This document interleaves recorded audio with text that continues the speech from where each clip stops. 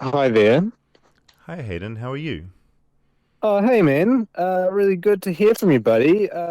How's your life? Thank you so much for inquiring. Things are good. I've got a bit of a cold, but it's settling down now, and I'm Oh feeling, yeah, no. America. America's America, but I'm okay. Yeah, you probably got it from one of those animals that you keep getting bitten by. How's your love life? Is your love life doing good? It's Is been it it's been a you got real love? it's been a real week of it, Hayden. It's been a real week of Yeah, it. Yeah, a real yeah. week of love. Mm. Oh, well, I should I inquire any more? No, that's enough. Okay. Well, it's been nice catching up. I'll see you later. Oh wow, he's gone. Oh, is there more? Oh, you're such a shithead. Is there somehow more that you want to talk about? Yeah, I'd love to. I've got a question for you for the podcast. Is that okay? Oh, I cannot believe it. It's Thanksgiving this week in America, Yeah. and sort of a holiday here. And Rob and I are going to look back at a few of our older episodes of the podcast and kind of reflect on them and give thanks for them metaphorically. I was wondering, looking back at our friendship, what are you thankful for? Well, that's a hard question, Dave. I thought it was going to be something like, have you heard of Thanksgiving over in New Zealand or something? But it's much harder than that. Thankful for over the years, Dave. I mean, I'm really racking my brains here. I'm David Farrier, a New Zealander accidentally marooned in America, and I want to figure out what makes this country tick. Now, this week is Thanksgiving, a holiday Americans seem to get really excited by. To be honest, from Halloween onwards, America seems to start going on one big holiday. Christmas decorations have already been going up for weeks. It's crazy. Anyway, to get into the holiday spirit, Rob and I decided it would be nice to revisit a couple of episodes we like from the Flightless Bird archives and give thanks for them. In other words, we'll play them and discuss them and see how we feel about them years on. So today, I visit the set of a porn film and sit awkwardly as three bodies moan and contort about 2 meters from my face. And then we go and look at America's obsession with shower curtains. What do these two topics have in common? Well, in short, they both involve things quite possibly sticking to your skin. So, get ready to get naked. What you do next can either involve the embrace of a shower curtain or genitals, or both, because this is the Shower Curtains and Porn Redux episode.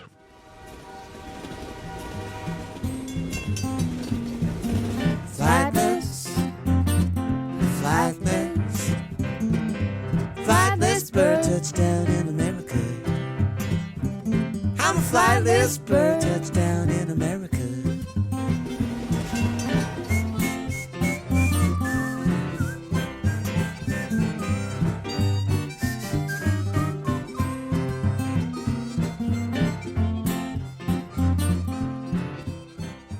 Just a quick reminder, we are on YouTube now. So if you want to... YouTube.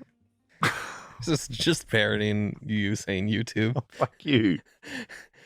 at Flightless Bird Podcast on YouTube. Yeah, if you like watching as well as listening, then that will be the place for you. YouTube.com/@ Flightless Bird Podcast. Watch Hey, along. see us. See us. We've got a beautiful little space in here. You dropped a bomb with Hayden. You know what I'm talking about. What am I talking about? Drama. Yeah, what's your love life Oh, drama? no, look, Let's this do this isn't publicly. No, this isn't It's no better it's forum. not a relationship podcast. Not yet. But it's more just about obviously Hayden and I and our friendship and what we're sharing with each other. And that fine line between creating content for a podcast and updates on each other's lives. But yeah, we might get to it at some point, but it's all, It might be fitting for this episode. Oh my God. Yeah. Shower curtains, pornography. Do you remember these episodes when they originally went to air? I remember we did them. There's so much content coming in and out of my brain every week that You have a lot. I don't remember the specifics or details of either of these docs. I feel that about many aspects of my life. Yeah. Like it all just turns into an increasing blur and the specifics of it I can see photos and I wouldn't know about that thing unless I'd seen the photo documentation of it. Yeah, it's harder when it's recorded too. Like I recorded a couple of the little ending segments with Calvin. Oh, yeah. And like I had done some because we pushed some episodes back, Yeah. and like there's some ebb and flow to when we release them, and Yeah. docs are happening. Yeah, and some of these documentaries I work on as well, they go on for like months and months and months. Yeah. And I'll go to dump some audio into a project and be like, oh, I've already done 2 interviews for this thing, and I had no idea. Yeah, and I was listening back to one of those conversations with Calvin, and I was like, I don't remember I don't remember this at all. even taking place. And he had some profound takes on it. It was Yeah. Memories. Just really briefly, Thanksgiving. yes. Any big plans? Is there anything happening? No. Chilling. We usually do a pretty low key Thanksgiving. We don't really see family. It's quiet. Intentionally quiet. Yeah. I do really wish I was going to be eating Michael Voltaggio's stuffing and Thanksgiving food again, though. That was a really good Thanksgiving. He gave me the recipe. I've remade it. Has it been 2 Thanksgivings since we did that, or just 1? It's been 2. It's been 2 because we did it a think. month before real Thanksgiving. Yeah. So I've made it twice. How did yours compare with his? Not as good as his, but it felt comparable. Okay. Not a bad recipe to have up your sleeve. No. He sent me a few since then. Oh my God. That I'm he's very, like a very good, glad to like have a that good, lifeline. a good friend to have. Yeah. I'm going to bring you down because you know Peter Singer, the ethicist, and he's all about doing the greatest good for the greatest number of like souls on earth. Mm-hmm. He's written this book, Consider the Turkey.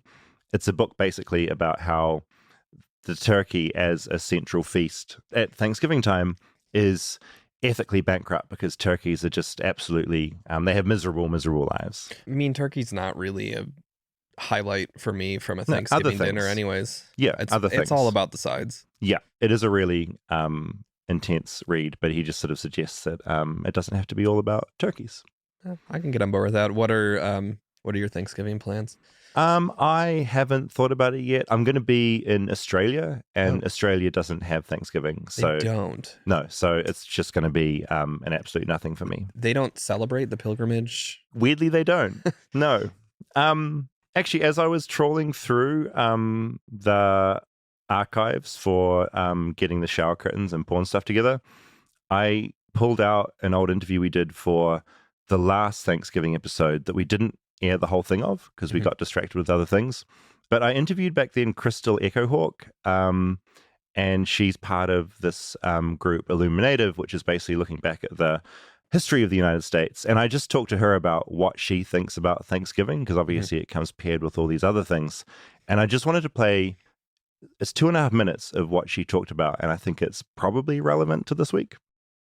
The way I feel about Thanksgiving is that, one, it's important for everyone to understand, especially folks like you that are new to this country, that it's built on a lie. I mean, it's really the greatest myth making and propaganda that is so part of the American story. This lovely dinner between the Pilgrims, and they're usually not even named. They're just these kind of Native Americans, right? It was the Wampanoag people.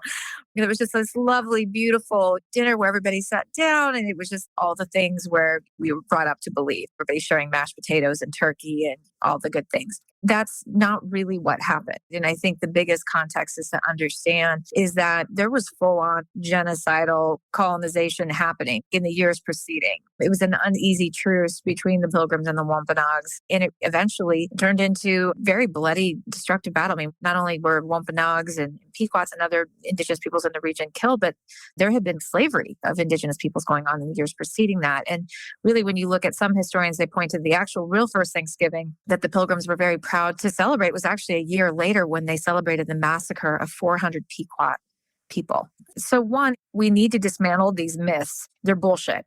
And the stories that this country is really founded on. And I think we're going to be a better place if we can all just be real and honest that the true history of this country and its founding is not a good one. It's based on genocide, thefts of land, and the thefts of bodies, of Black people from Africa. I mean, like, this is the thing. So for me, our families, who doesn't like a day off of work? Who doesn't love to be together with family and eat? And so I think for a lot of Native people, we've kind of morphed it into a time that's just about what we're going to make it, and giving thanks. And this time of year and food, it's so central to so many tribal cultures already. So it wasn't an invention of the Pilgrims. We've always had harvest and Thanksgiving celebrations within different tribal nations. I think for other people, it's really painful. And I think particularly for the descendants of the Wampanoag people today, to continue to watch this sort of bullshit history kind of get played over and over again, and that our children have to be subjected to this propaganda in schools. And for some people, they just refuse to celebrate it. I ask anybody, just find out the truth. Don't play into the fallacy, because the fallacy is actually very harmful when it comes to really erasing what happened. There's a website, native-land.ca, and anywhere you are in the world, you can go to there and it maps out what indigenous land you're on. I think that can just be an interesting thing to probably do while you're stuffing your face, is like, be like, oh yeah, who was here before I was here? But yeah, Thanksgiving. Just another way to think about it. That's pretty important. Yeah, I mean, I like Canadian Thanksgiving because that's more about like the harvest. Yeah. And the turning of the seasons, I think. Because that's what it was originally was kind of about. Like it wasn't, that's right, the Pilgrims didn't invent it. There's always been this idea of Thanksgiving. And that's the Canadians. Sometimes those Canadians, they get it right. Yeah, the idea of like coming together with family for a feast because crops are turning. Now, shower curtains. What a pivot. Do you have a shower curtain at home? I do. I have a tiny shower, and the curtain is often gripping to my skin. Yes, you're always getting tangled in it. I wanted to revisit this episode because I'm still as passionate about it as I was back then. And I Googled shower curtain yesterday just to see if there'd been any updates. And America is still obsessed with the shower curtain. The New York Times, premier newspaper of America, they had a thing, June 21st, 2024, the best shower curtains. This is the New York Times we're talking about. I mean, and it's all about design at that point. I mean, just the fact the New York Times is talking about shower curtains is very funny to me. They said the Threshold waffle weave shower curtain is stylish and versatile, provides spa-like feel at an affordable price. It comes in white, grey, soft pink, and muted teal. They're talking about it in such an in-depth way. I'm just like, why are we talking about shower curtains? They're all horrible. They all stick to your skin. Awful. So you've had this gripe with shower curtains for how long now? Like the 2 years? second I touched down in America. Have you looked into any alternatives? Have you come to any solutions, or you're just No, I'm just stuck in this hell. Complaining? No, I'm just complaining. I mean, the way my shower is, I'm renting, so I can't come and install some sort of door or some other device. You could. It'd be an improvement to the. I'm sure they would be fine with you. Oh my god, it's all historic though. It's all tiles and stuff. I don't know if I could install. Could I just install a shower door? I think you could ask your landlord if he'd be willing to let you. Are you in like a tub, or is it? No, I'm in a shower. It's very tiny. It's like 1.5 meters by 1. It's like little. It's like a little box I'm in. But maybe I could put a glass door in there. I mean, to be honest, I like to complain. Yeah. And so part of it is like I'm just living in my suffering and enjoying elements of that.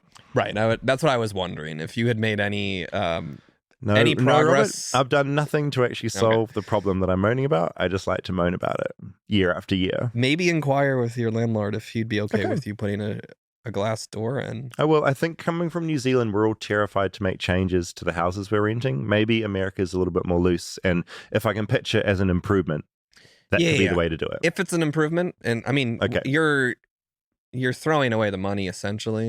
Yeah, I guess. Because when you move out, you're not going to take that door with you. No, I'll take the door with me. Yeah, I mean, I'll uninstall it and I'll pack it and I'll take it to my next place. But if you're going to live there for a little while, it seems like an okay investment to make in a space that is driving you nuts that you use every day. Yeah, and every day it is drama. Yeah. And the other thing is it gets dirty. It does. It's like shower curtains are they're gross. Like when I first got it, I've just ordered a new one because I'm going to throw this one out now because it just over time it gets grime and. Well, I was going to ask you, how often are you changing them? I mean, I wash them every couple of months. You wash them? I take it off the string, the line. So you have the lining and then you have the curtain? I don't have a lining. Well, you need a lining. I don't have a lining. Yeah, and now it's still coming back to me because I remember the first time we did this episode, the lining was raised. The lining is almost worse, though, to have touch you. So you're talking about that plastic cold inner layer. Yeah. Yeah.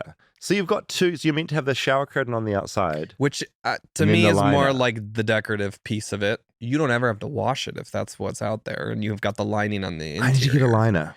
But I mean, if you're Gosh. concerned about it touching you, it's gonna be worse. You need to get a glass door. I need to get a glass door. What have you got? What's your situation at your place? Well, so we have a weird situation. When we Already like this. when we remodeled our bathroom, we put the bar too high to where the shower Okay. curtain hangs from. Right. So sort of it's up above where you can grab it.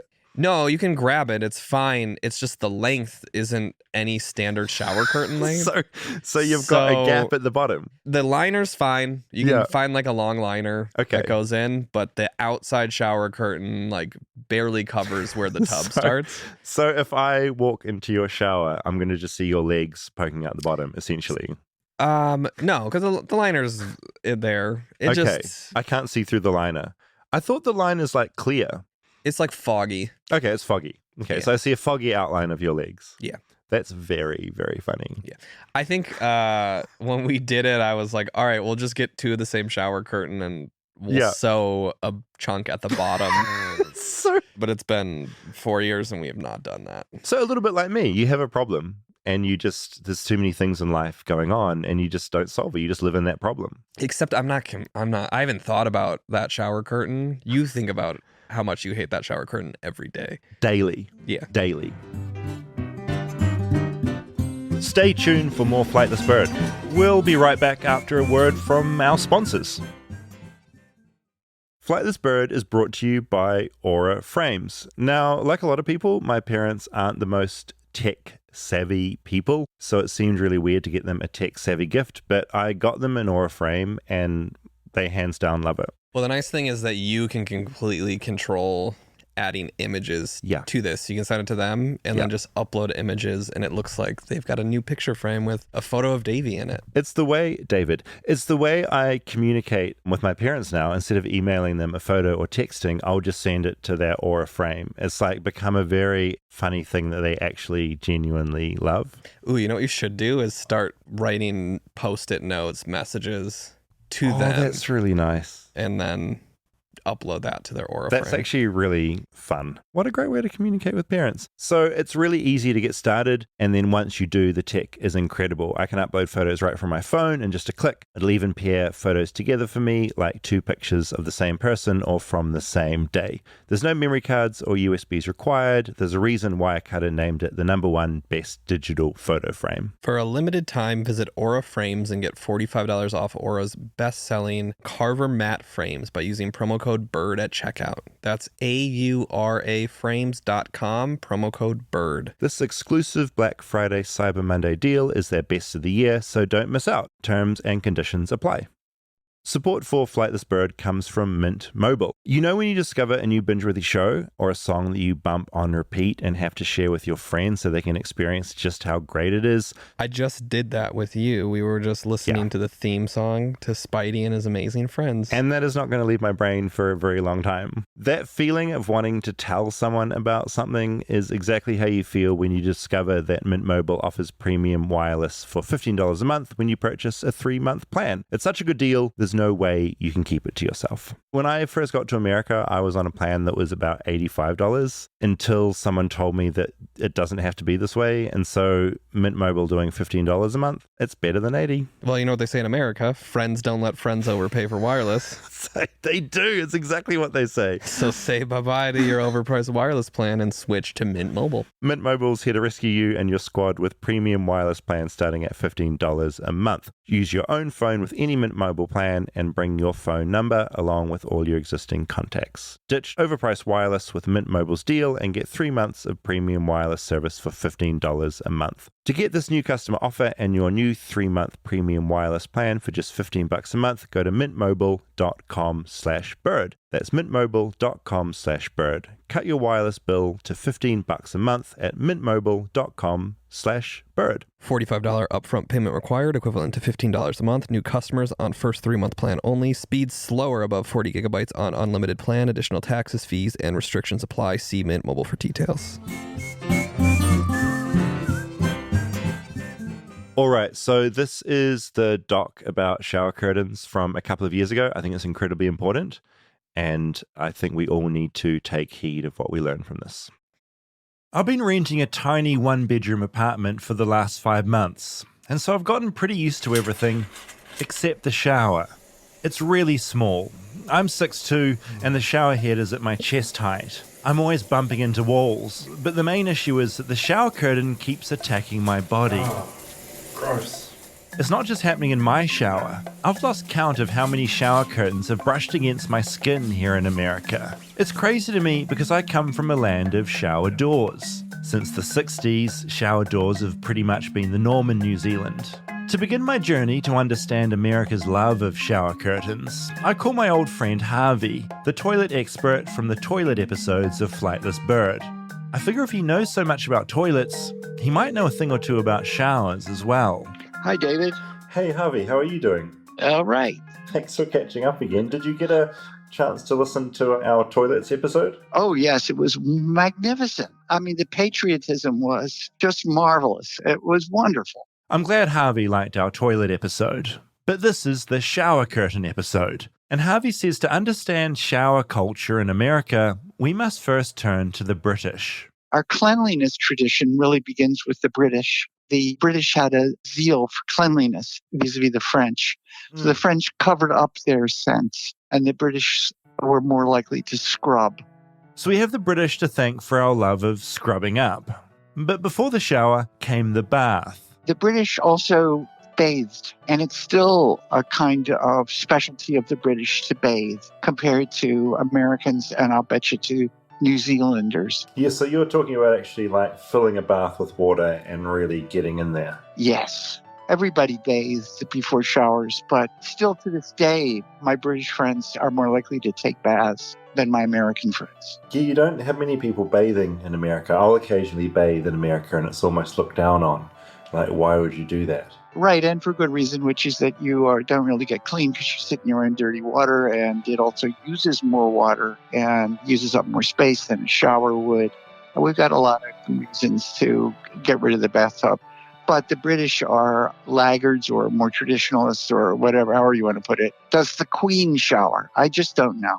Humans haven't always loved getting wet. During medieval times, far before shower curtains entered the scene, humans were terrified of getting wet, worried water would leak into their body or that their insides would leak out into the water. There's evidence of rudimentary indoor showering in ancient Egypt, but the Greeks were the first ones to really get amongst it. Back then it was more about socializing than getting clean. Same with the Romans, who embraced bathhouses. And of course the original shower was the waterfall, popularized again in the 90s by TLC. In the Western world, showering really kicked off in the latter half of the 20th century. This is because people learned about germs and became increasingly obsessed with hygiene. Suddenly people were showering once, sometimes twice a day. In the average American home now, showers are the third largest users of water, behind toilets and clothes washers. Americans shower for an average of 8.2 minutes a session. So more context, which is the sanitation movement, which was headquartered in Britain but affected other parts of the world as well. And this is before really understanding that much about bacteria. But with bacteriological knowledge, it really got going. And so you wanted to have smooth surfaces. Before then, early quasi-toilets were encased in wood with fanciful 19th century carvings. You see fanciful incising and decorative motifs. And the sanitation movement worked against that. And you get then the smooth surfaces, which you can really clean. And appliance design was very strong on that. And this simplification, the shower enclosure as an unbroken interior that can be wiped clean. And then the shower door is an improvement on the shower curtain. I guess another concern I have about the shower curtain is it seems to be a depository for moisture just by the very nature of it. There's water left in there, gets moldy and that kind of thing. Is that a worry with the shower curtain? Mildew will do. That's our slogan for the week, yes. But while the shower door may be more hygienic, with less residue and water hanging around, Harvey says the shower curtain has remained in many American homes because it's cheaper. They're usually made from cheap vinyl, cloth or plastic. much cheaper than glass. If a shower curtain gets dirty, you just throw it away and buy another cheap shower curtain. Basically, Harvey points out that my shower door obsession basically means I'm classist. As he puts it, the richer are the ones that have it glassier.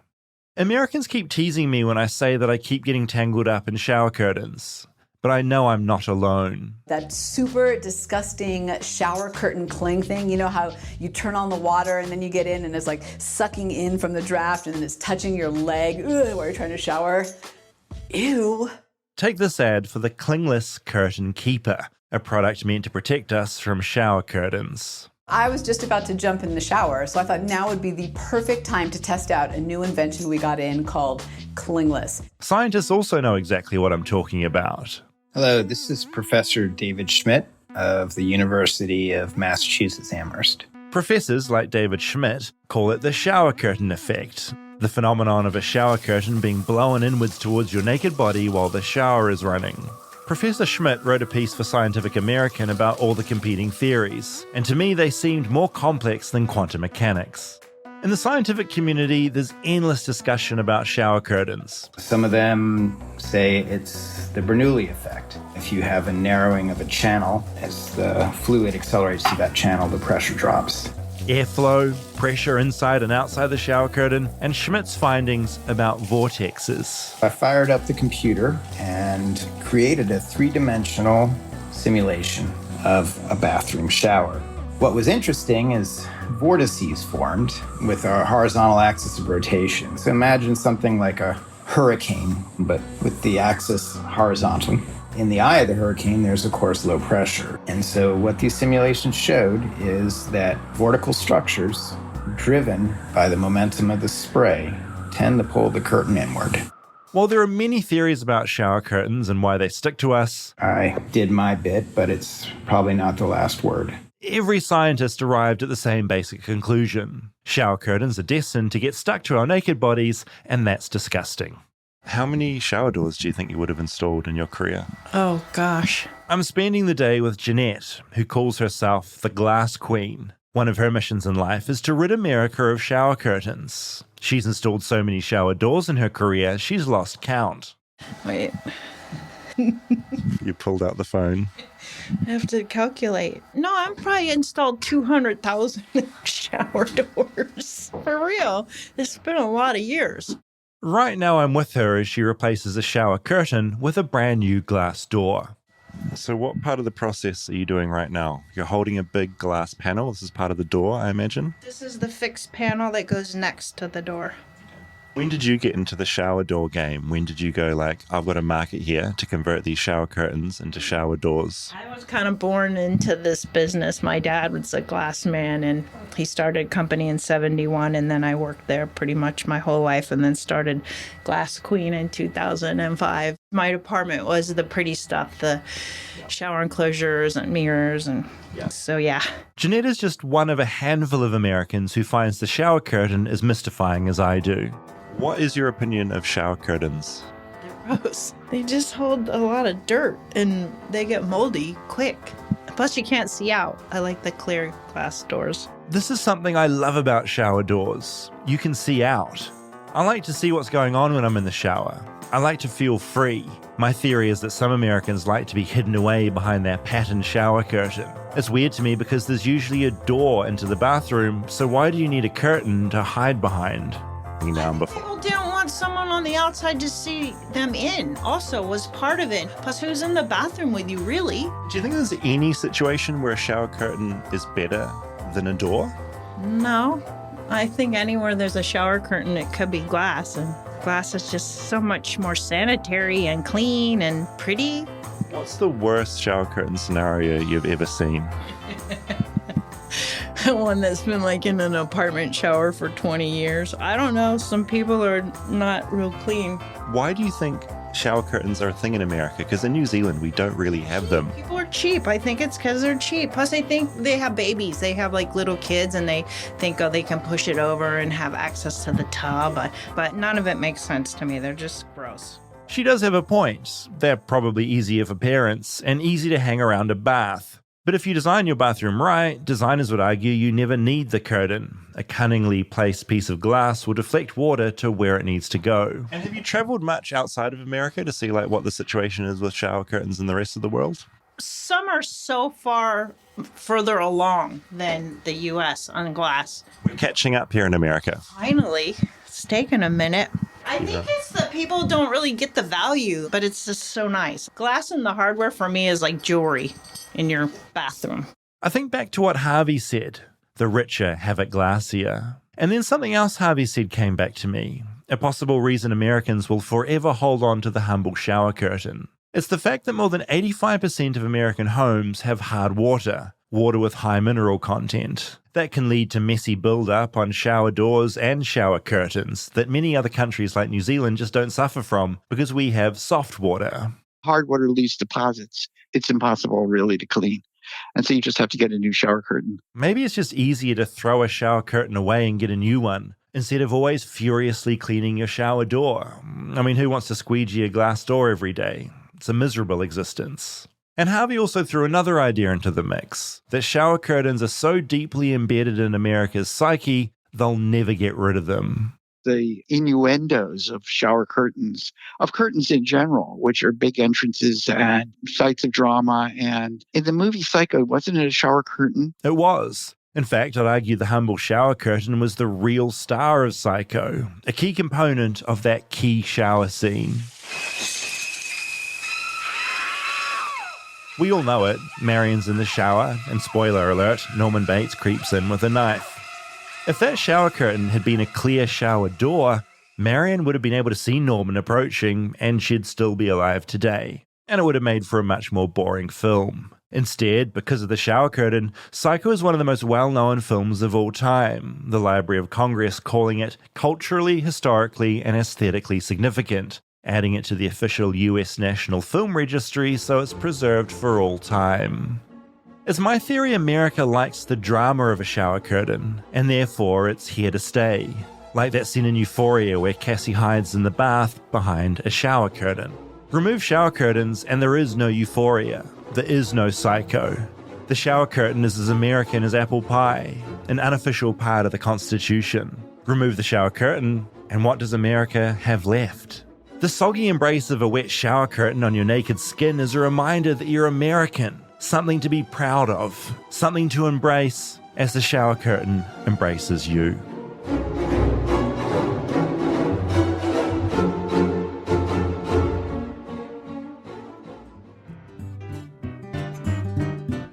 Stay tuned for more Flightless Bird. We'll be right back after a word from our sponsors.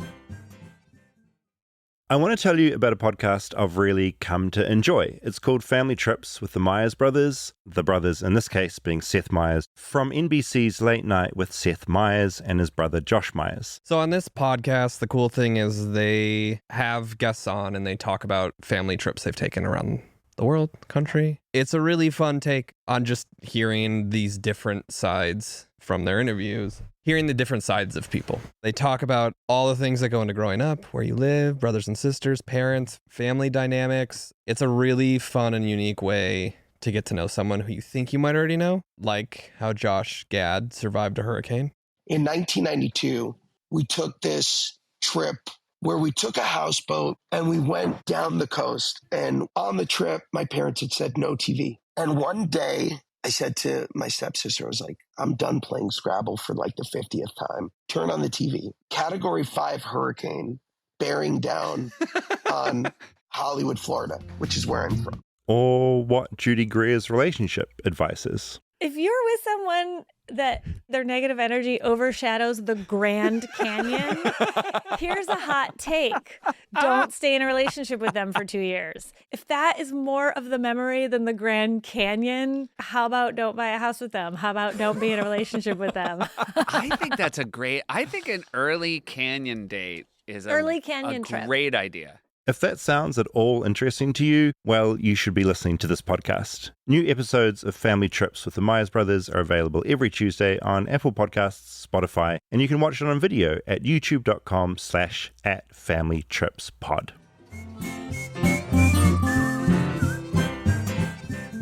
All right. I think you are putting way too much weight on how much the shower curtain added to Psycho and Euphoria. You were actively scoffing. They wouldn't have existed if it weren't for shower curtains. I think without that, when you think of Psycho, you think of that shower scene where she is showering. If there was a glass shower door or no shower curtain, I mean, there's a way to shoot that still. Like, there's time in the shower where you're like washing your hair and your face is in the water, where like her eyes are closed. But it was the claustrophobia of like she's enclosed and that, you know, it was like that made that film pop. I get that it added to it, but I do think from a cinematography standpoint, he probably could have done a lot of the suspense. Yeah, I mean, glass doors get foggy. Yeah, no, this is true. This is true enough. What about Euphoria? What about Euphoria? A whole scene where Cassie is like at a party. I know that scene, but it was a great scene, memorable. I don't know that scene made that show. Shower door?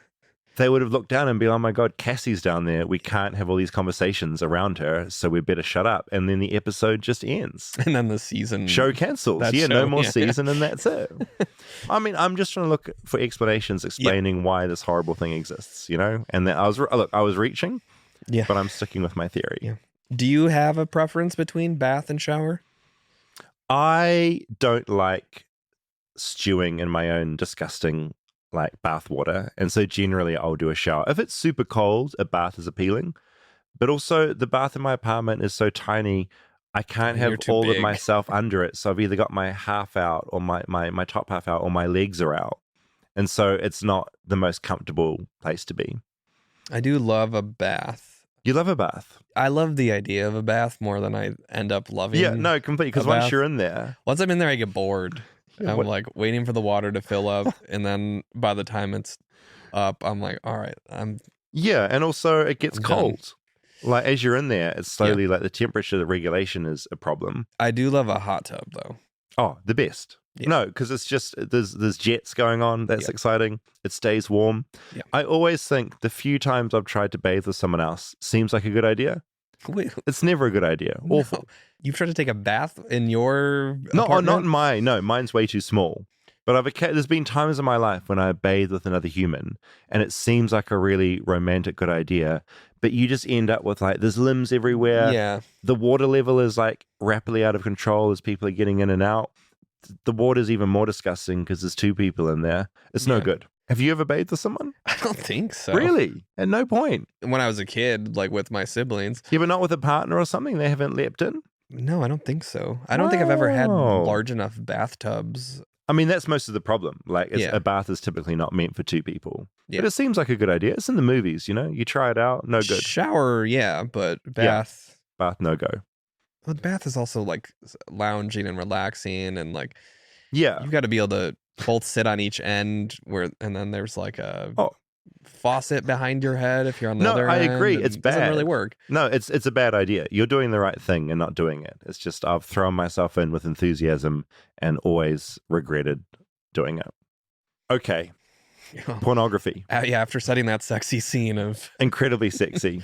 I really enjoyed putting this episode together, and I'm just going to replay the last half of it where I visit a porn set because it's something I'd always wanted to do. I went to Pornhub.com and got... a couple of stats off there because they always release really good stats. So 100 billion videos. There are 100 billion video views each year on Pornhub. 100 million daily visits to Pornhub. 36 billion visits per year. Average streaming bandwidth of 122 gigs per second. That's a lot of data. They broke it down even more. They looked at the stats during the 2024 presidential election, which is such a good idea. So by 5 a.m. on election day, traffic to the site started seeing an immediate spike of 9% more compared to an average day. So people woke up horny or frustrated on election day and wanted to go and watch some porn. Relieve some stress. The trend continued upwards, reaching the peak of the day at 15% more than usual by 7 and 8 a.m. when, and this is Pornhub's quote, voters wanted a quick session before the chaos of the day ensued.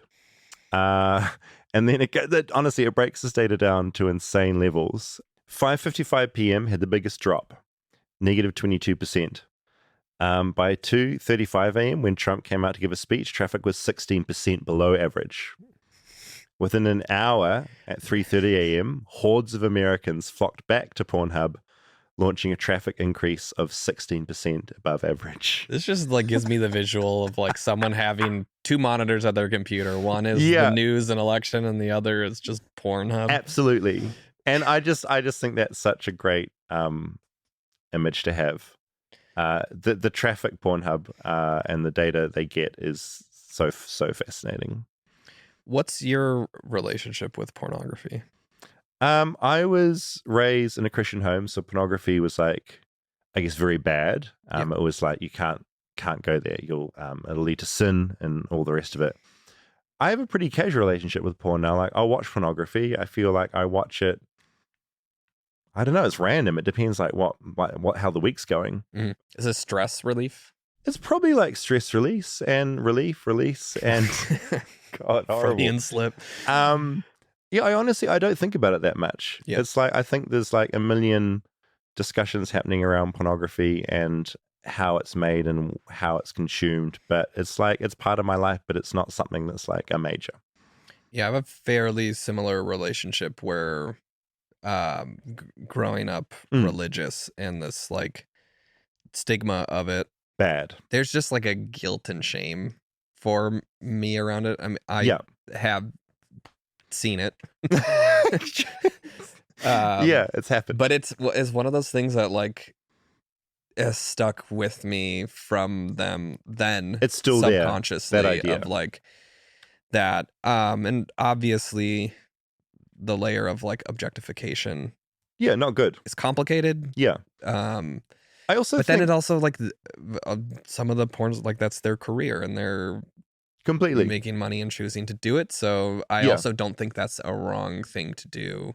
Yeah, I think there's so much in it, right? Like, I mean, even Pornhub is responsible for hosting some like terrible things on their service, and like they've done some horrific things and not checking what's on there. Yeah, but then you get the other side of pornography where you've got people on OnlyFans who are like running their own careers and doing their own thing and having much more control over it, which is great. Yeah. There's also that thing I find fascinating that like when we were kids, if you wanted to find porn, you would have to like find a magazine. Yeah. It's like you'd have to, if you wanted to see a naked person, you'd have to somehow like borrow a friend's older brother's magazine or like steal one or like find one in a bookstore and somehow get it. So I think the first dirty magazine I saw was when I was like 12, 10 or 12. Yeah. There was just one across the street by a street sign just on the ground. Oh, so you were wandering along and you were like... And there was just a magazine. Did you take it home or look at it there and then... Yeah. I looked at it and took it. Of course. I mean, that's the thing. I mean, and the thing is now... Now the access is it's terrifying. Yeah. Like you can pull your phone up right now. And... Oh, awful. But like the fact that what kids see before they even know what they're seeing, I mean, that's a massive issue because it's just like teaching people a whole lot of behaviors and like sexually charged sexist attitudes that are completely wrecked with no context, and that's a nightmare. Yeah, I mean that's a thing that I worry about having two little boys too. Of like raising boys, terrifying. How to like let them know that side of them, the sexual side of themselves, is okay. Yeah, but when they're getting to an age where they're exploring it and like having to, like, we're gonna find crusty towels or socks or it's going to happen, paper towels. But the other thing is though, like when we were growing up as well, like in New Zealand, the computer was in the lounge. Yeah. So when we were getting the internet, it was so public. Whereas now, like every kid is walking around with a cell phone that has direct access to like anything they could want. And as a parent, that's super scary. And it's this weird thing we've got to sort of teach them about how to consume the internet. Well, not to be like a police state, but also teach them if they're going to, how to do it responsibly, because they will. You hear like parents putting blockers on their phones and websites and stuff. Kids are smart. Yeah. It's like they're going to get around that shit. But it's also like at such a young age that yeah. So to answer your question, the world of porn, my relationship with it is like pretty casual. I don't think about it too much. I think in the grander scheme of things, there's a million complicated issues to talk about. There is also the thing of just how unrealistic pornography is and how that bleeds. Like, I think with the access to it now and how much kids are seeing it, we had an expert on that was talking about that on another podcast, and she was saying that like the young women that she was talking to thought it was normal for the guy to come on their face. Oh, right. And like neither one of them really wanted to and like got much out of it, but they had seen it. Yeah, and they're like, that's what sex is. And like, this is how it's going to end. This is a sexy thing that I think there's another thing as well. I think that choking is so normalized now. Like, people think choking is like a normal part of things. And it's like, sure, for some people it might be, but that's not like the default. Like, that's not what you jump to without talking to someone. It's so all those actions, just really intense stuff being framed as like very vanilla and very normal. Well, and then they have all the weird like incest stuff where like so much of it is like my stepbrother caught me. The scenarios that play out. Yeah. They need to work on those. I don't know. Like, I mean, I don't know. I don't know if I'm just underestimating how much that fantasy people are having, but seeing that as like a headline is immediately. It's never like, yay, thumbs up. Yeah, I think the only reason I could think that would appeal to people is that it's like a bit naughty or something, or like it's off limits. But to me, it's just like the worst thing you could imagine. So why would you put that as being a big plus? Yeah, or that like the portion of the population that had a stepsister or stepbrother that they were attracted to. Yeah. And it was this off limit Yeah. things. But I don't know that like that's not the majority. I don't think had a lot of people get divorced, but I don't know that it's enough to warrant the skewed nature of how much that is in. You'll be glad to know that the porn set I visit in the stock, I think the scenario, and I might be wrong, maybe it was a stepmom that was involved. Oh, great. So yeah, that was the scenario. I got hooked up with this production through like a friend of a friend of a friend, and they're like, you can just go and record. And I wasn't sure what to expect. The main thing I was surprised with is how, and maybe I shouldn't have been surprised, like just so open. Like I could do anything. I could just wander around, do whatever, sit wherever I wanted and record, have my little microphone wherever I wanted. Yeah. And everyone in the world of this particular production was so open and like didn't mind me being there. The other thing, obviously porn is made in a lot of different ways. What I found really interesting about this set was, and I don't know whether like how real this was, but they were very clear that they wanted the story to be really prominent. About the stepmom. Yeah, about the stepmom, the important backstory of like how the stepmom was getting involved. So I was just kind of fascinated by how much effort they put into lighting and where the camera was going to be for the dialogue and making sure they captured the lines. Because, I just found that side of things very funny. Because obviously everyone's there to get off, right? And it's just the storyline aspect of it I just found very fascinating. And I'm really glad I went to a set where the storyline was a part of it, because obviously some porn is just porn. Did you get drawn into the storyline? Oh, I was captivated by it. I was like, what is that stepmom? What's she going to do? Is she making them lunch? What's happening? And then I found out what she was going to do, and it was a lot. So this is revisiting our porn episode. I had a lot of fun doing it, and I hope you enjoy the sights and the smells with me. I haven't been here before. It's coming up. 24389. I don't see it. I've been in an Uber for about 40 minutes, driving from central LA to Calabasas. I don't know much about Calabasas, except that there are a lot of big gates guarding giant sprawling houses. I think this is where all the rich people live. I'm here to go and watch the creation of a porn movie, if I can ever find the right house. After a lot of winding roads and missed turns, my Uber driver Karen gets me there. 5 stars for Karen. Thank you, my friend. You take care. In front of me, I find a giant sprawling gate. The driveway winds up a hill. At the top, a hulking mansion, which I feel was probably built in the 80s. 3 stories, all white, and some weird turrets going on. This place is huge, but kind of run down. I see a bunch of vans parked outside, unloading lights and tripods. I'm Jack. Nice to meet you. Nice to meet you. How are you doing? Good, sir. I'm David. David, Joel. Nice to meet you, Joel. Where are you from? This shirt. New Zealand. Oh, New Zealand. I thought it was an English accent. Soon I'm introduced to David, the director. He's a solid man, tall, with lots of tattoos, and a green Smokey the Bear cap. Smokey the Bear is definitely a whole other Flightless Bird episode. But today is about porn. So we're in the garage of what is sort of a biggish mansion up in the hills. I mean, it feels big to me from New Zealand. This is probably small to you. Yeah. Well, there's like 5 houses that we rotate, and they're all kind of like this. But yeah, it's this is a good shoot house. And do the houses normally know what you're using them for, or is it just a big mystery? Well, we have to. They have to know. I'm sure that there's some people that do like the Airbnb route, kind of sneak stuff in.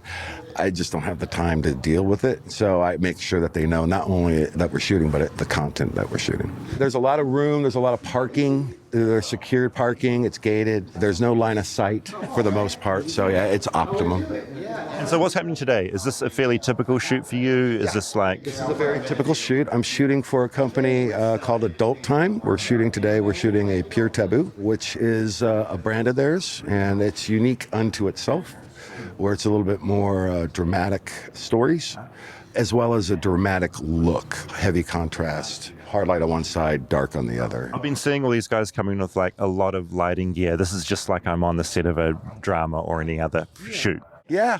No, this is all my shit. I got the cameras, the stills, the lighting, and then these guys just bring their own stuff, and between all of us, we just make it happen. David says shooting a scripted porn movie makes for a busy day. 1 scene days are about 8 hours long, 2 scene days about 10 hours. I do have my lazy days, though.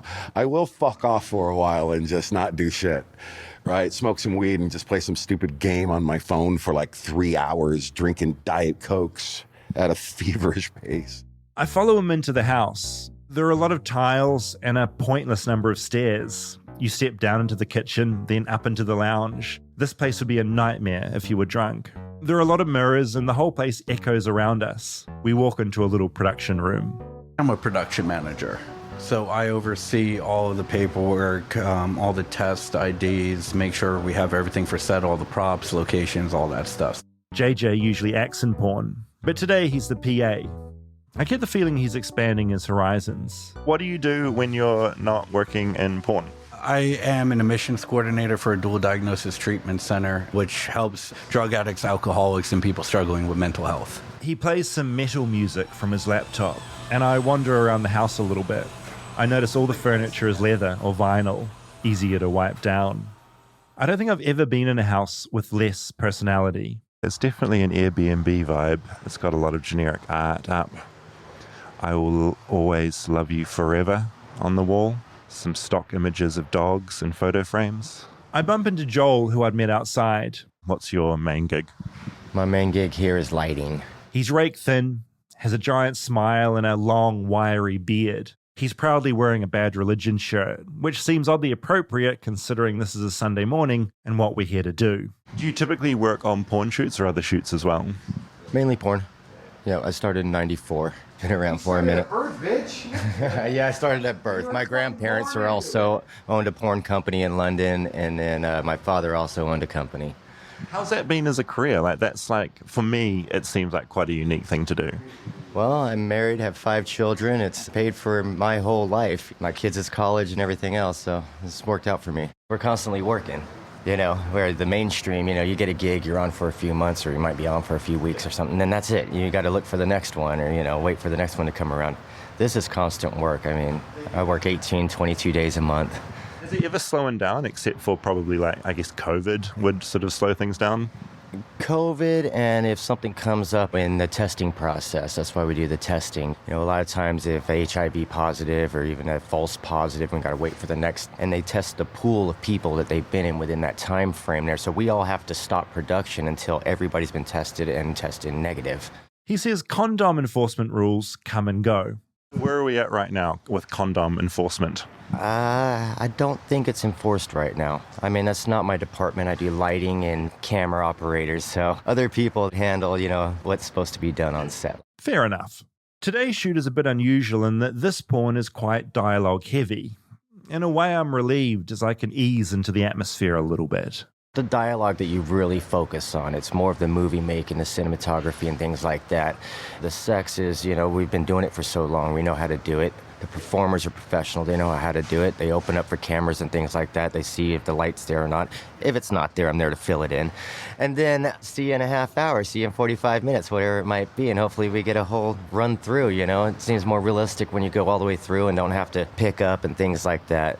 On the same hand, talent can cut at any given time. If there's something that's uncomfortable or, they got an itchy toe, they are actually in control of everything that happens in a scene, so. Literally the only concern I have today is I've got a very sensitive nose. I'm really worried about sex smells. What is the smell like typically when there's a sex scene happening? Normally it's quite pleasant because the talent actually freshen up before they actually come into set. People think it's going to smell like ass or something. No, it doesn't. These are probably the most cleanest people that would be walking around. They're tested the most. They're watching their bodies, so that's their job to keep clean. This is great news, and I feel less worried about my sensitive snoz. I go into the kitchen, where a series of snacks are laid out for the crew. I spot Doritos, Cheetos, and something called Nutty Butter Bites. Director David is marking up scripts in the corner, figuring out what order to shoot today's scenes in. Continuity is vital. How did you get into this scene, by the way, into directing?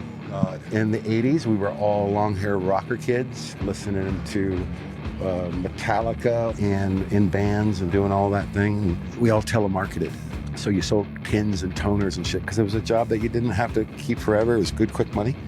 So I found sell porno over the phone. He's like a good salesman. Yeah, it's a good salesman. So I did that for my first 10 years, and then I started producing DVDs. I was the third guy ever to put out a DVD in it. That whole era, it was three of us that kind of were doing that. I mean, that was the ultimate way to make money because they were so cheap to print, right? And you could sell them for so much. Hand over fist, dude. We were selling one DVD for $15, and I worked for a company called Wicked, literally doing 80,000, 100,000 pieces at $15 to $18 a piece, making money hand over fist.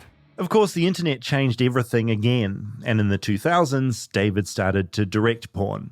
The 2009 recession hit hard, piracy was up, DVD sales were way down, but numbers are climbing again, and Business Insider says globally, porn makes about $100 billion a year right now. Is it harder to make money in this industry now than it was back in DVD era, or is it? Yes. When I say it's harder to make money, you make less doing the same thing, but I still work all the time. I walk into another room where two female actors are having their hair and makeup done by Melissa. I meet Hadley, the actor playing the young wife today. I've looked at the script, and I think her husband is about to be seduced by his stepmom. Is this a pretty typical shoot day for you? I'd say maybe half my shoots have a script. And do you like having the script aspect, or are you like, oh God, this is annoying. I've got to have all these words in my brain right now? Because I hate learning lines because I have zero memory. When it's interesting, I get excited. If it's a script I'm not into, if I think it's really lame or something, I'm not into it. But last night when I was reading this, I was like, oh, I could get emotional. This is fun. What is the first scene you're shooting today? So we're shooting out of order since I got my makeup and hair done first. There's this short little part of me in the bedroom where I'm all conflicted, and then I get up the gumption to go confront my husband and his stepmom. While we've been talking, a handsome tanned man appears. He's objectively the best looking man on set, and I realize it's the man who will later hook up with his stepmom. I'm the male talent today. So my day's going to involve a little bit of acting and then a little bit of sex. A little bit of sex, yeah. Lucas has been acting in porn for 7 years now. He says he's seen it all. I've been bled on, shit on, puked on, pissed on, and act like nothing was going on. I've had a chick fart in my face before. That was fun. But the viewer doesn't see or smell or understand any of that's going on. It's edited out. You can't smell through a camera or a computer screen, so... The conversation I had with the lighting guy earlier echoes through my mind. Normally it's quite pleasant. Doesn't quite marry up to what Lucas just told me. Which man do I trust? What do you need to be good at this career? For a male talent specifically, it's got a lot to do with mental capacity because you're dealing with a lot of different factors and also trying to keep your body in a turned on mode. Myself, I've done 7 years all natural, no Viagra, no additives that assist a lot of male talent in the industry. But I've seen guys on the assistants still fail. You can watch their head just defeat themselves. So there's pressure. Yeah, there's a lot of pressure. There's 10 people in there? It's very orchestrated sex. It isn't the same as sex you would have at home. But the sex is still, it's still sex, so it's cool. Sex is cool, and I can't wait to see some happening soon.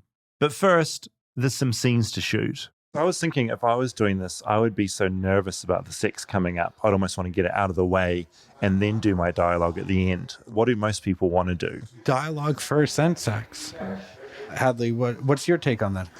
I'd rather do the acting because then you kind of get to know the other person and it's a little bit more comfortable. And I'm kind of gotten my awkward weirdness out. I'm sort of surprised that some porn still has a plot. I'd assumed everyone just jumped through the acting to get to the sex. Yeah, I guess you can only write these scripts in a different way so many times right? But I have a friend that likes this type of fantasy role play, and I asked him, how much more of this shit do I need to make? And he said, you like Walking Dead? And I said, I love The Walking Dead. He goes, how often do you watch season 2? Once you've watched it, you've watched it. You're not going back and watching the old seasons, are you? And I'm like, pretty much. I'm just waiting for the new one on my DVR. Even though every season is essentially the same thing. Doesn't matter. You want to see the new thing that you haven't seen. I wasted years of my life watching The Walking Dead. Every season was essentially the same thing, but I kept on watching. And I guess porn is the same beats over and over again, and similar amounts of bodily fluids. I'm informed today's shoot will end in a threesome and something called a cream pie. It's the logical way to solve a conflict between a son, his wife, and his stepmom. Scene 1, take 1. You look beautiful today. The day rolls on, scene after scene of dialogue, location after location, bedroom, lounge, kitchen. It's not going to win any Oscars, but they're better actors than I am, so all power to them. By now it's about 4 p.m. I've been here for 6 hours, and lunch has just arrived, just before we're about to shoot the sex scene. I'm worried about porn star Lucas, who's just shoving a burger down his face. I've just noticed you have timed lunch just before your sex scene. Mm-hmm. You've had quite a big burger just now. You didn't eat the whole thing? No, 100% a horrible idea. Not fun. I'll either get a side cramp or just not enjoy the day.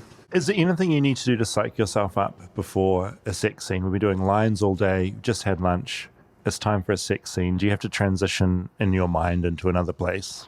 Not yet, because we still have a ton of dialogue to do leading up to the sex scene. So I won't even get that much of notice. I'll have to psych myself out in about 5 minutes, right before it happens. Well, good luck out there. Thank you. Okay, I'm going to try not to make eye contact with you or anything to freak you out. I'll look at the wall or something. Have you seen today? Nothing really freaks me out. I will make eye contact and make you uncomfortable. Oh, goody. With lunch wrapped, it's time for the final scene of the day. The scene that transitions into 45 minutes of hardcore sex on one of those vinyl couches I saw when I first got here. We all walk into the lounge. Me, the director's assistant, the lighting guy, the cameraman, and the 3 actors. I don't see the cream pie, but I assume the PA has it on hand. There are 3 consent forms on the table, and David, the director, goes through a 10-minute health and safety briefing. Basically, it outlines what the actors are happy with doing and what they don't want done. Lips, ears, and neck. Some people don't like their lips bit. If some guy puts a fucking wet, soggy tongue in your ear, you'd be like, get it the fuck out of there.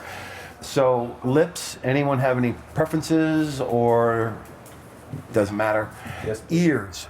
Anyone like ears? I do like my ears kissed. I tend to kiss on ears if anyone doesn't like that. I'm all for it. Okay, cool. Not into the tongue in the ear, but nibbling's cool. All right, we good, guys? We good? So we can cut and save time on this thing? We good? Yeah. Everything's signed? Bueno. All right, stick some ass, guys. Thanks. Bye. Let's suck some dick. I panic and realize I'm not sure where I should sit. I don't want to be too close, but I don't want to be too far away. I end up sitting next to the sound guy, which makes me a boom pole's length away. Shit like this kept happening, Mom, and she's my wife. I love her. Do you? Didn't take you long to go back to old habits. So no matter what I do, you're gonna keep going back to her. We're family. Who else would he go to? Honey, what are you doing? I can't compete with Marilyn. Maybe if I join you guys. You may be his wife, but I'm his mom. And everyone needs their mom. Look, under normal circumstances, I'd agree that yes, everyone does need their mum, but not like this. Never like this. Perfect. And then suddenly, it's all just happening. I don't know where to look. I've made a career being a sort of gawky outsider looking in. It's what this entire podcast is about. But today, I don't want to be looking into the things I'm looking into. I'm approximately 1 minute into this 45-minute sex fest. I rustle around in my pocket and pull out some AirPods. I find a cat video to watch on my phone and try and focus on that. Occasionally, my eyes dart back up to what's going on the couch meters away, every time a new writhing configuration of bodies. To their credit, the smell is kind of fine. I'd call it chaotic neutral. I go back to the kitten video. I notice the director's assistant has turned off the aircon so the sound won't be picked up, so the room's getting kind of hot. And then, like all sex, I suppose, it ends. And I learn what a cream pie is. Beautiful. Yay. All right, give them wipes, everyone. Thank you, guys. Good job. Good job. Good job was all I could think to say. For some reason, I go over and shake the actors' hands. They all have sweaty palms. I think it's sweat. An assistant passes out some wet wipes. The actors are laughing now, and generally there's a sense of relief in the room. What we got was phenomenal. Those guys did their job perfectly, and we just kind of stood back and tried to capture whatever we could. I thank everyone and leave, walking back down that long driveway where Uber driver Kevin picks me up. He wants to know what I've been doing up there, in this mansion in the middle of nowhere. I tell him we've been making a film. I was just observing. Work experience for the new guy with the accent. I tell Kevin I enjoyed it, but it probably wasn't for me. So did that make you want to get into porn? I've decided that porn isn't the thing for me. No? I'll watch it from time to time, but I don't want to work in the industry. I'm happy doing this podcast with you. What about you?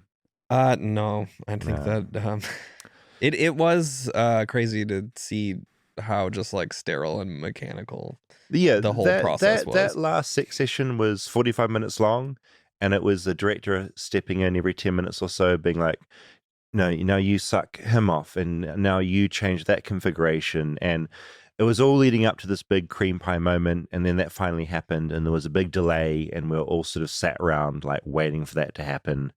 And I've never felt less turned on in my life, because I was curious how I'd feel. Yeah. You didn't have an erection at any point? There was zero erection. I think my penis probably inverted inside my body. It was so unsexual, and yeah, but it was like what I found fascinating. Obviously, they knew I was recording, so they're doing everything by the book. But yeah. I thought it was really interesting how they went through that checklist of what everyone's happy with.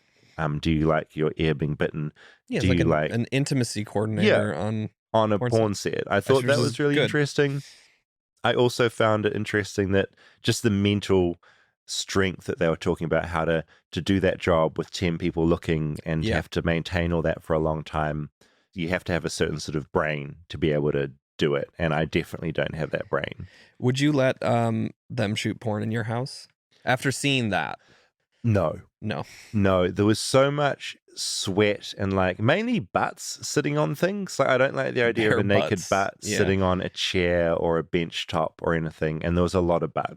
Well, you were a boom pole's length away. I was close. Did you get splattered on by splat? Anything? There was no splat. I was worried the smell would hit me. Yeah.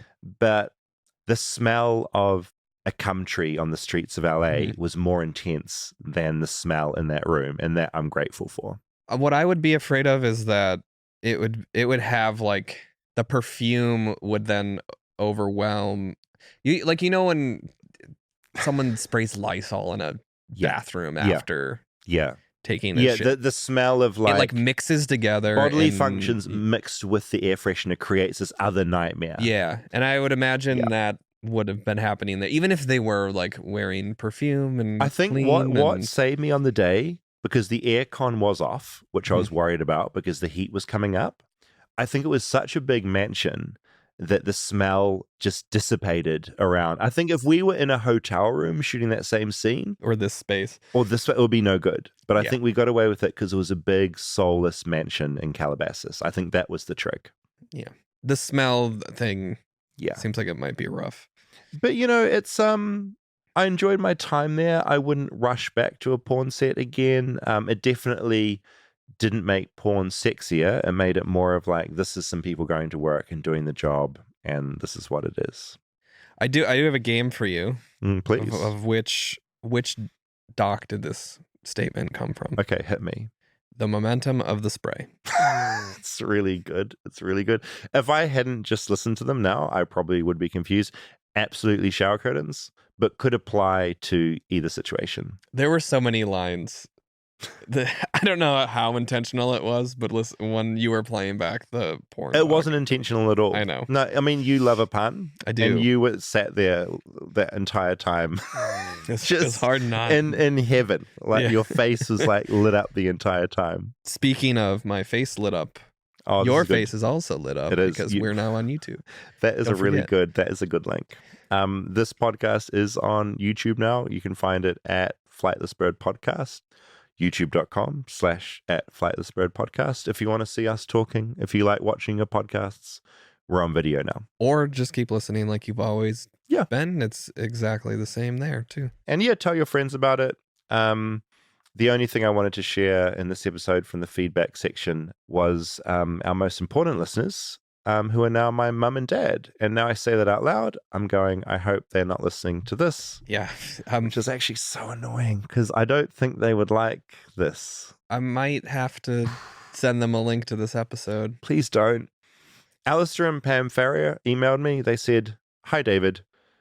The subject line was Olive Garden. They said, "Hi, David. Dad and I listened to your podcast. First ever podcast for us! ! Very good. Lots of work, research, interviews goes into your podcasts. We were very impressed." And I have to say, my parents are not big on compliments or praise. I think in America, parents are into like showering their children with like... Mine aren't yours necessarily aren't. either. But in general, but in New Zealand, we're very low key. And to get that email from my mum, that was a big deal. And I felt like, I was like, wow, this is a good day for me. Are they normally big consumers of your work? What's your No. relationship with? Not really. I mean, they support what I do. They're like, Yeah. oh, Dave's off making a documentary, or oh, he does a podcast. We don't know what that is. They do now. They think it's about Olive Garden. They think I run a series about Olive Garden. No, they watched Tickles and they were like, well, that was pretty crazy. Didn't watch Mr. Organ or Dark Tourist. I think they like what they like, and they're like, Dave's off doing something, and that's good, but they're not going to like consume everything I make. And I think that's probably healthy. Do you get the feeling that they think you're a little weird because if this not the content that they're consuming? Because I get that vibe sometimes from my family.